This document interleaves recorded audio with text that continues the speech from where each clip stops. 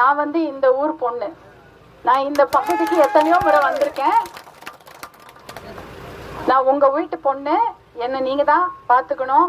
உங்களை நான் பாத்துக்கணும்ன்றதுக்காக தான் வந்திருக்கேன். இன்னைக்கு உங்ககிட்ட நான் வாக்கு சேகரிச்சுட்டு நாளைக்கு உங்ககிட்ட தான் நான் நிக்கணும். உங்களுக்கு நான் எல்லாம் செய்யணும்னு நினைக்கிறேன்.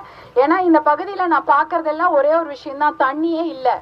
தண்ணி கிடையாது, தண்ணி பிரச்சனையும் இருக்குது. அதே சமயம் வேலை வாய்ப்பு பிரச்சனை. நம்ம பசங்களுக்கு வேலை இல்லை, எல்லா பசங்களும் வெளியில இருக்காங்க. நம்ம குடும்பமே தனித்தனியா இங்க கோழி ஒரு கூட்டிலே சேவல் ஒரு கூட்டிலே, கோழி குஞ்சு அங்க எங்கும் அன்பில்லாத காட்டிலேன்ற மாதிரி நம்ம ஒரு இடத்துல இருக்கிறோம், நம்ம குடும்பம் இன்னொரு இடத்துல இருக்குது இல்லையா? எல்லாரும் வெளியில வேலைக்கு போயிருக்காங்க. நம்ம குடும்பம் எல்லாம் ஒன்னா இருக்கணும். நம்ம இருக்கிற நம்மளுடைய சொந்தக்காரர்களோடு நம்ம இருக்கிறதா நமக்கு ஒரு நல்ல வாழ்க்கை. அந்த வாழ்க்கைய நம்ம கொடுக்கணும்னா முதல்ல இங்க தண்ணி வளம் பெருகணும், அதே சமயம் வேலை இருக்கணும், ஒரு தொழிற்பேட்டை அமையணும். அரூர் என்பது இப்போது பின்தங்கிய ஒரு மாவட்டமா, ஒரு சட்டமன்ற தொகுதியாக இருக்கின்றது. ஆனா அதை ஒரு முன்னேற்றமான ஒரு தொகுதியாக மாற்ற வேண்டும் என்பதுதான் என்னுடைய குறிக்கோள். அதை இனிமேல் அரூர் ஒரு பின்தங்கிய மாவட்டம்னோ சட்டமன்றம்னோ சொல்லக்கூடாது. அது ஒரு முன்னேற்றம் அடைந்த வளர்ச்சி அடைந்த ஒரு பகுதியாக அரூரை நான் மாற்ற வேண்டும் என்பதற்காக தான் நான் பாடுபடுவேன். தண்ணீர் கொண்டு வரணும், அதுதான் என்னுடைய முதன்மையான குறிக்கோள். அதே போல வேலை வாய்ப்பை கொண்டு வரணும். படிக்கிற பெண்களுக்கு ஒரு பக்கத்துல கல்லூரிகள் கொண்டு வரணும் படிக்கிறதுக்கு இல்லையா?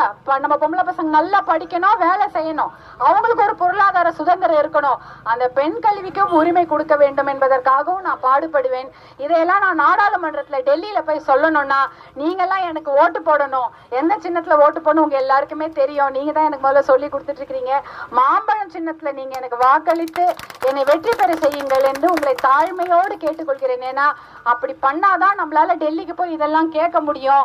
அப்படி கேட்டாதான் நம்ம குழந்தைங்களுக்கு ஒரு நல்ல வேலை, குடும்பம் நம்ம எல்லாம் ஒன்னா இருக்கோம். நான் இதை உரிமையா உங்க வீட்டு பொண்ணா உங்களை நான் கேட்கிறேன். நான் உங்களை எல்லாம் என்னுடைய குடும்பமா தான் நினைக்கிறேன். அதே மாதிரிதான் என்னைக்கும் இருப்பேன். நான் ரொம்ப எளிமையானவன் அப்படின்னு எல்லாம் சொல்றாங்க. நான் ரொம்ப பாசமா அவங்க கிட்ட கேட்கறதும் உங்ககிட்ட உரிமையா கேட்கறதும் உங்களுடைய வாக்குகளை மட்டுமல்ல உங்களுடைய அன்பையும் தான் என்று கூறிக்கொண்டு விடைபெறுகிறேன். நன்றி, வணக்கம். செய்திகளை உடனுக்குடன் தெரிந்து கொள்ள உடனே சப்ஸ்கிரைப் பண்ணுங்க.